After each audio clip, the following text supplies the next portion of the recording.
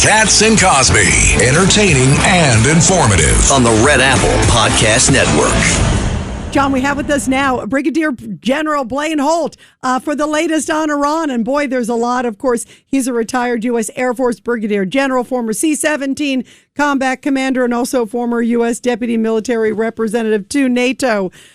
General Holt, it looks like the U.S. is now hitting a lot of infrastructure tied to the IRGC, this railway station, a whole bunch of bridges. Talk about the significance of that. Yeah, and good to follow my good friend Gordon Chang. We are so aligned on China, but what you're seeing, and so important what you said there, it's infrastructure that's aligned with the IRGC. President Trump is not targeting what the free Iranian people will need after their liberation, that they're going to do for themselves. And so we're seeing bridges that are logistics requirements for them, roadways to naval bases. We're seeing power installations for the military. Those are coming down now. And then the next wave that you can expect to see is we're going to go hit their bunker system. We're going to give these IRGC leaders no place to hide.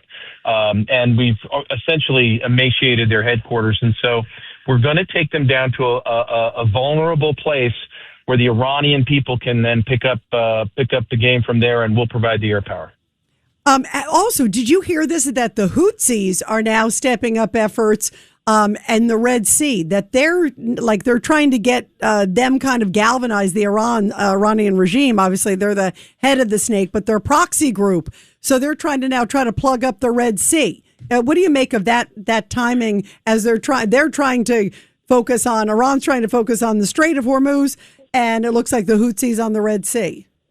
Yeah, I didn't have the Houthis on my bingo card because I thought that they had pretty much collapsed all the tents and understood it was in their best interest to get out of this thing. But we'll find out what their motivations are for another time. What is important is that they are now imperiling themselves for their own ending, because Saudi Arabia is going to do what they always wanted to do, which is provide them with their end. And they have the capability and the means to do so. I believe UAE will get involved with that, possibly Bahrain. And so, look, if the Houthis come up on the net, it's just like a rusty nail. And we got a hammer, and we're going to hammer it down, and that's what's going to end up happening. Ed Cox. Yeah, General, how many of the hits on military assets in Iran are really focused on freeing up the flow of oil through the straits? Yeah, Mayor, I would say most of them. But here's the thing, in the balance that the targeteers at CENTCOM are striking. There is a very fine line between hijacking somebody's revolution and aiding and abetting it. And so normally, if we were just coming in with a shock and awe thing like we did in Iraq, you'd see, 2,000 sorties a night, steady diet of bombs for days on end. What we're doing here is far less targets, very, very selective, but heavy on the coastline. And so they're removing things on those islands that'll never come into play in the Straits. And we're seeing performance. We've got 50 ships that have passed through in the last 24 hours. That's good. Yeah, that is good. So militarily, you believe, in fact, the Straits can be freed up for the flow of oil? Oh, absolutely. If I was still on active duty, I'd love that mission. That would be one of my not so hard missions. Let me ask the question. We're going after the IRGC. IRGC. Yeah. How many of them do you think we knocked down, and how many are left? Well, they boast that they still have about 18,000 in their ranks. That number goes down by the day. I see that their spokesman keeps getting younger and younger and younger. A lot of upward mobility.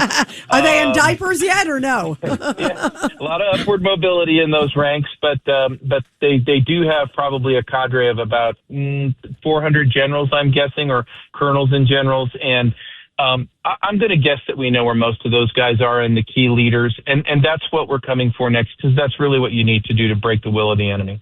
Yes, 100%. Get those generals, get those colonels, and let's move on. Yeah. What is your sense about really I mean, I know they hit the Army barracks. I was sort of surprised that hadn't been done sooner, Blaine. But what do you think is the sense of like really taking the fight? This is the sixth night that we've done these strikes. So clearly President Trump has had enough. The other thing he also said is that next week they may go after power plants. So what do you think is to come if they don't submit between now and then? We have the types of ordinance that can be very, very precise. And what President Trump's preference is to pull something away from them, create a cost imposition, and then judge what happens. And I think that's so smart, especially when you're trying to encourage the Iranian people that at some point you guys have got to take over, and we'll supply you and we'll provide some air power. But this is how that looks. And I also believe that not taking out the Army barracks right away, very, very good idea, because he gets to watch pattern of life after he removes something from them. So he takes away their headquarters. Where do they have a new headquarters? Over at the Army barracks. Let's take that away from them. Now where are they going?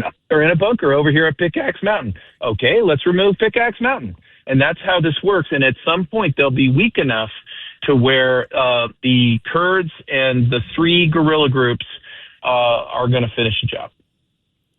Yeah, let's see. Now, let me ask you the $64 million question. Do you think billion. There's no such thing as million anymore. That's right, especially under Mondani. What about some sort of campaign, whether it's the Israelis, special forces, or some sort of something tied to Karg Island or tied to some of these other locations like Bandar Abbas? Absolutely. Those are operations and missions that I believe have already been planned out. They're there. They're an option for the president, our president as the leader and the commander in chief. And if he needs to turn one of those on, so let's just give you the scenario where he would. Let's say in their final hours, the IRGC says, okay, well, if we're leaving the planet, we're going to get rid of all the oil infrastructure ourselves and put the world into turmoil. Well, then he'll call in the Marines and we'll secure Karg Island, or the Israelis will secure Karg Island. But he's always weighing the risks to mission sets against the gain. And if it's required for the world economy and stability to get that done, then that's exactly what we'll do. And the cool part is we've got the exact right forces there to do it. I just hope they don't have to. Yeah, obviously, for sure. I think we all hope they don't need to do it. Well, it's going to be interesting to see where this goes. President Trump says buckle up, and he seems to be really fed up with Iran. So I think the next little bit's going to be up and down for sure. General Blaine Holt, we love your perspective. Thank you so much. You guys take care. Yeah, thank you. Have a great weekend. You too.